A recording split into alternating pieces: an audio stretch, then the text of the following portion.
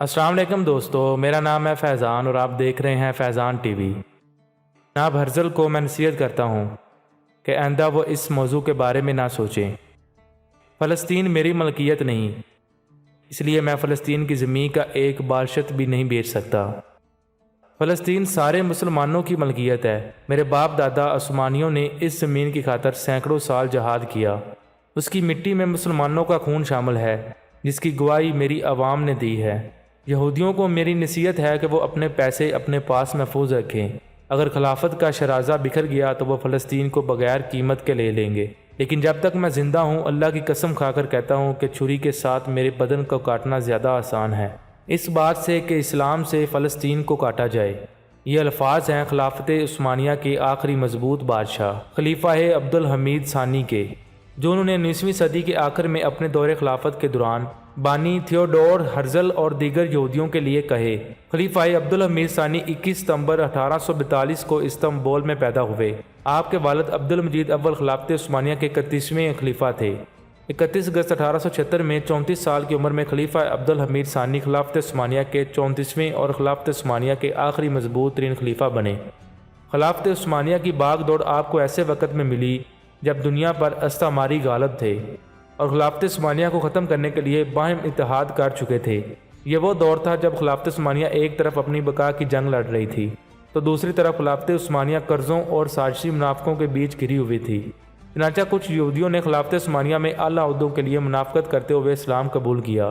یہی یہودی تھے جنہیں تاریخ میں دو نما کے یہود کے نام سے جانا جاتا ہے، جس کا ترکی زبان میں مطلب ہے یہودیت سے مرتد ہونے والے یہودی۔ یہ یہودی مسلمانوں کے درمیان نارمل طریقے سے زندگی گزارتے رہے، یہاں تک بعض یہودی خلافت عثمانیہ میں اعلیٰ مناصب تک بھی پہنچ گئے، جہاں انہوں نے خلافت عثمانیہ کو ختم کرنے اور فلسطین کو مسلمانوں سے چھیننے کے لیے انگلینڈ اور فرانس سے خفیہ تعلقات قائم کر لیے۔ مگر خلیفہ عبدالحمید ثانی کے پرزور آمد کے ساتھ ان کے یہ منصوبے اس وقت تہس نہس ہو گئے، جب صہیونی تنظیم کے بانی تھیوڈور ہرزل نے خلیفہ عبدالحمید ثانی کو خط لکھا، جس میں انہوں نے خلیفہ کو بطور رشوت یہودیوں کی طرف سے قرض کے نام پر 150 ملین یعنی 15 کروڑ پاؤنڈ دینے کی آفر کی۔ اس کے بدلے خلیفہ یہودیوں کی فلسطین کی طرف نقل مکانی کی حمایت کرے اور یہودیوں کو ایک ایسا قطع ارض دے دے جہاں یہودیوں کو اپنی حکومت ہو۔ خلافت عثمانیہ کے بہادروں کی اس شاہین نے اتنی بڑی آفر ٹھکرا دی، حالانکہ اس کے ذریعے خلافت عثمانیہ کی مالی مشکلات کو ختم کیا جا سکتا تھا۔ اس کے بعد یہودیوں نے عہد کر لیا کہ کسی طرح اسلامی دنیا کے اس عظیم لیڈر کو خلافت سے ہٹایا جائے۔ چنانچہ یہودیوں نے ترکی کے خائن لوگوں کی مدد سے ایک سیکولر تنظیم ترک یہود کے نام سے بنائی، جس کے ذریعے سیکولرزم، قوم پرستی اور اینٹی اسلام پروپیگنڈا کو عام کرنا شروع کیا گیا۔ اس تنظیم کے ساتھ فوج کے کچھ لوگ بھی شامل ہو گئے جو اتحاد و ترقی نامی گروپ سے تعلق رکھتے تھے۔ بعد ازاں یہ گروپ ترک یہود تنظیم کا عسکری ونگ بن گیا۔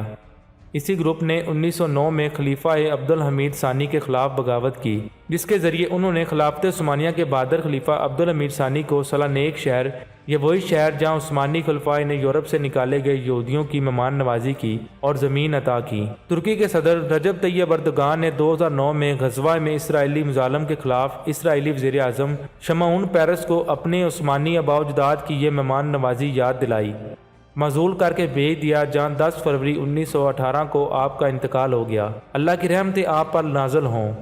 لیکن خلیفہ عبدالحمید ثانی نے اس سازش کو ایک خفیہ خط کے ذریعے بے نقاب کر کے تاریخ اسلامی میں ہمیشہ کے لیے محفوظ کر دیا۔ دوستو، اس کی اگلی ویڈیو میں ہم آپ کو اس خط کے متعلق بتائیں گے۔ اس سے پہلے اگر آپ نے میرے چینل کو سبسکرائب نہیں کیا تو سبسکرائب کر لیں اور بیل آئیکن کو دبا دیں تاکہ آنے والی ہر نئی ویڈیو کا آپ کو نوٹیفیکیشن مل سکے۔